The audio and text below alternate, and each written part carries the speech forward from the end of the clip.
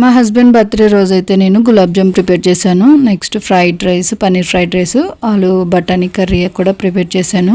ఇవైతే గులాబ్ జామ్స్ గుండు గుండు గులాబ్ జామ్ అన్నట్టు చాలా గుండు గుండు రౌండ్ రౌండ్గా భలే వచ్చాయి. టేస్ట్ కూడా అదిరిపోయాయి. ఇలా మా హస్బెండ్కి కూడా చాలా బాగా నచ్చింది అనమాట. మా హస్బెండ్కి అయితే ఇలా సర్వ్ చేసి ఇచ్చేసాను. ఇంక ఈవినింగ్ అయితే బర్త్డే సెలబ్రేషన్స్ అనమాట.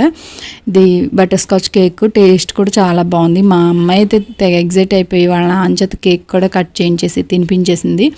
ఎంత హ్యాపీ ఫీల్ అయిపోయిందంటే దాని బర్త్డే లాగా ఫీల్ అయిపోయింది. నెక్స్ట్ దాని గ్రీటింగ్ లెటర్ కూడా వచ్చింది వాళ్ళ నాన్నకి. అదైతే వీడియో తీయడం మర్చిపోయాను.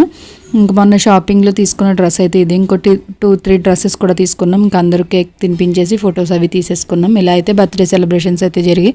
Once again happy birthday to you.